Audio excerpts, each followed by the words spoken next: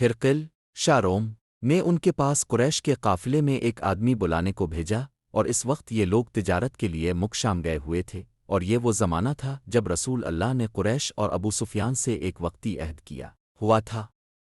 جب ابو سفیان اور دوسرے لوگ ہرقل کے پاس الفالاک پہنچے جہاں ہرقل نے دربار طلب کیا تھا، اس کے گرد روم کے بڑے بڑے لوگ علماء وزراء عمرا بیٹھے ہوئے تھے۔ ہرقل نے ان کو اور اپنے ترجمان کو بلوایا، پھر ان سے پوچھا کہ تم میں سے کون شخص مدعی رسالت کا زیادہ قریبی عزیز ہے؟ ابو سفیان کہتے ہیں کہ میں بول اٹھا کہ میں اس کا سب سے زیادہ قریبی رشتہ دار ہوں۔ یہ سن کر ہرقل نے حکم دیا کہ اس کو، ابو سفیان کو، میرے قریب لا کر بٹھاؤ اور اس کے ساتھیوں کو اس کی پیٹھ کے پیچھے بٹھا دو۔ پھر اپنے ترجمان سے کہا کہ ان لوگوں سے کہہ دو کہ میں ابو سفیان سے اس شخص کے یعنی محمد کے حالات پوچھتا ہوں۔ اگر یہ مجھ سے کسی بات میں جھوٹ بول دے تو تم اس کا جھوٹ ظاہر کر دینا۔ ابو سفیان کا قول ہے کہ خدا کی قسم، اگر مجھے یہ غیرت نہ آتی کہ یہ لوگ مجھ کو جھٹلائیں گے تو میں اب کی نسبت ضرور غلط گوئی سے کام لیتا۔ خیر، پہلی بات جو ہرقل نے مجھ سے پوچھی وہ یہ کہ اس شخص کا خاندان تم لوگوں میں کیسا ہے؟ میں نے کہا وہ تو بڑے اونچے عالی نسب والے ہیں۔ کہنے لگا اس سے پہلے بھی کسی نے تم لوگوں میں ایسی بات کہی تھی؟ میں نے کہا نہیں۔ کہنے لگا اچھا اس کے بڑوں میں کوئی بادشاہ ہوا ہے؟ میں نے کہا نہیں۔ پھر اس نے کہا بڑے لوگوں نے اس کی پیروی اختیار کی ہے یا کمزوروں نے؟ میں نے کہا نہیں، کمزوروں نے۔ پھر کہنے لگا اس کے تابدار روز بڑھتے جاتے ہیں یا کوئی ساتھی پھر بھی جاتا ہے؟ میں نے کہا نہیں۔ کہنے لگا کیا اپنے اس دعوائی نبوت سے پہلے کبھی کسی بھی موقع پر اس نے جھوٹ بولا ہے؟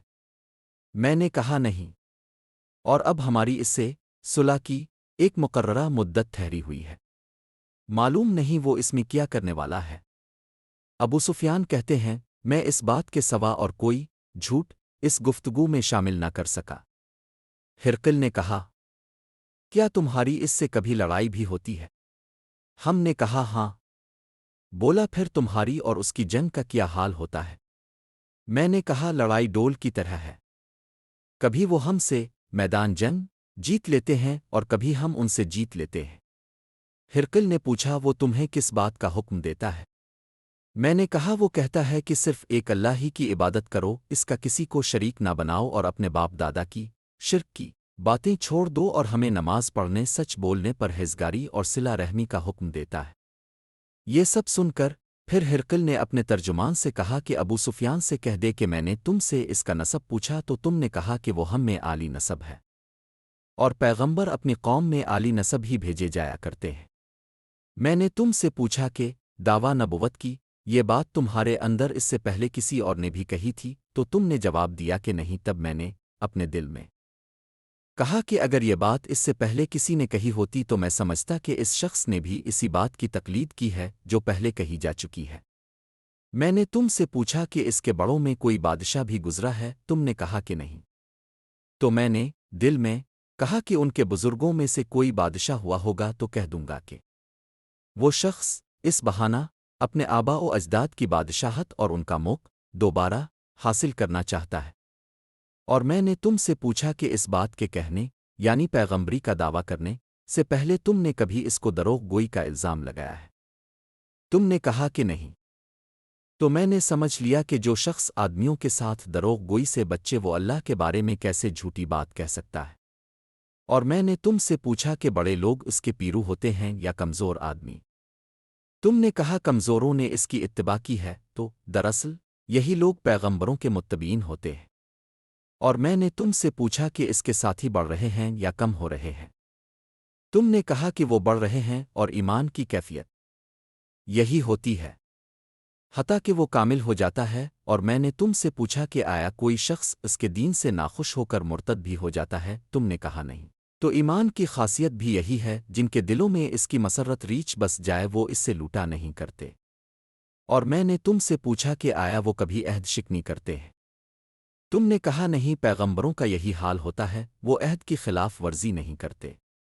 اور میں نے تم سے کہا کہ وہ تم سے کس چیز کے لیے کہتے ہیں؟ تم نے کہا کہ وہ ہمیں حکم دیتے ہیں کہ اللہ کی عبادت کرو، اس کے ساتھ کسی کو شریک نہ ٹھہراؤ، اور تمہیں بتوں کی پرستش سے روکتے ہیں۔ سچ بولنے اور پرہیزگاری کا حکم دیتے ہیں۔ لہذا اگر یہ باتیں جو تم کہہ رہے ہو سچ ہیں تو عنقریب وہ اس جگہ کا مالک ہو جائے گا کہ جہاں میرے یہ دونوں پاؤں ہیں۔ مجھے معلوم تھا کہ وہ پیغمبر آنے والا ہے، مگر مجھے یہ معلوم نہیں تھا کہ وہ تمہارے اندر ہوگا۔ اگر میں جانتا کہ اس تک پہنچ سکوں گا تو اس سے ملنے کے لیے ہر تکلیف گوارا کرتا۔ اگر میں اس کے پاس ہوتا تو اس کے پاؤں دھوتا۔ ہرقل نے رسول اللہ کا وہ خط منگایا جو اپنے دھا کلبی رضی اللہ عنہ کے ذریعہ حاکم بصر کے پاس بھیجا تھا، اور اس نے وہ ہرقل کے پاس بھیج دیا تھا۔ پھر اس کو پڑھا تو اس میں لکھا تھا، اللہ کے نام کے ساتھ جو نہایت مہربان اور رحم والا ہے۔ اللہ کے بندے اور اس کے پیغمبر محمد کی طرف سے یہ خط ہے شاروم کے لیے۔ اس شخص پر سلام ہو جو ہدایت کی پیروی کرے۔ اس کے بعد میں آپ کے سامنے دعوت اسلام پیش کرتا ہوں۔ اگر آپ اسلام لے آئیں گے تو دین و دنیا میں سلامتی نصیب ہوگی۔ اللہ آپ کو دوہرا ثواب دے گا، اور اگر آپ میری دعوت سے روگردانی کریں گے تو آپ کی رعایا کا گناہ بھی آپ ہی پر ہوگا۔ اور اے اہل کتاب، ایک ایسی بات پر آ جاؤ جو ہمارے اور تمہارے درمیان یکساں ہے، وہ یہ کہ ہم اللہ کے سوا کسی کی عبادت نہ کریں اور کسی کو اس کا شریک نہ ٹھہرائیں، اور نہ ہم میں سے کوئی کسی کو خدا کے سوا اپنا رب بنائے۔ پھر اگر وہ اہل کتاب اس بات سے منہ پھیر لیں تو مسلمانوں، تم ان سے کہہ دو کہ تم مانو یا نہ مانو، ہم تو ایک خدا کے اطاعت گزار ہیں۔ ابو سفیان کہتے ہیں، جب ہرقل نے جو کچھ کہنا تھا کہہ دیا اور خط پڑھ کر فارغ ہوا تو اس کے ارد گرد بہت شور و غوغا ہوا، بہت سی آوازیں اٹھیں اور ہمیں باہر نکال دیا گیا۔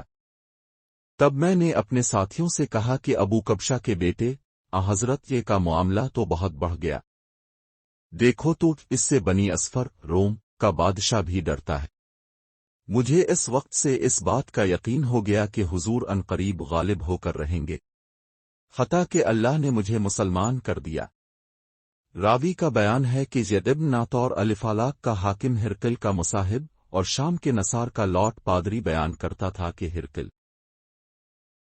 جب الفالاق آیا ایک دن صبح کو پریشان اٹھا تو اس کے درباریوں نے دریافت کیا کہ آج ہم آپ کی حالت بدلی ہوئی پاتے ہیں، کیا وجہ ہے؟ ابن ناطور کا بیان ہے کہ ہرقل نجومی تھا، علم نجوم میں وہ پوری مہارت رکھتا تھا۔ اس نے اپنے ہم نشینوں کو بتایا کہ میں نے آج رات ستاروں پر نظر ڈالی تو دیکھا کہ ختنہ کرنے والوں کا بادشاہ ہمارے ملک پر غالب آ گیا ہے۔ بھلا اس زمانے میں کون لوگ ختنہ کرتے ہیں؟ انہوں نے کہا کہ یہود کے سوا کوئی ختنہ نہیں کرتا، سو ان کی وجہ سے پریشان نہ ہو۔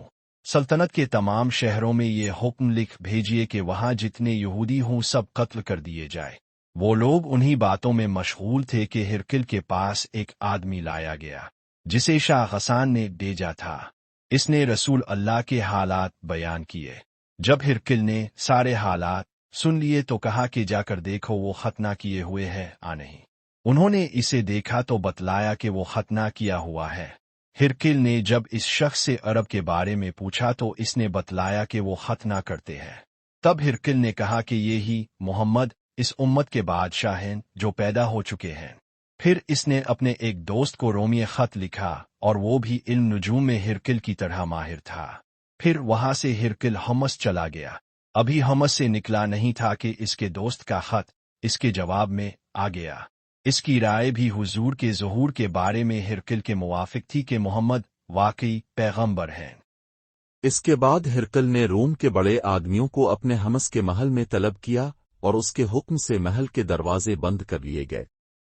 پھر وہ اپنے خاص محل سے باہر آیا اور کہا، اے روم والو، کیا ہدایت اور کامیابی میں کچھ حصہ تمہارے لیے بھی ہے؟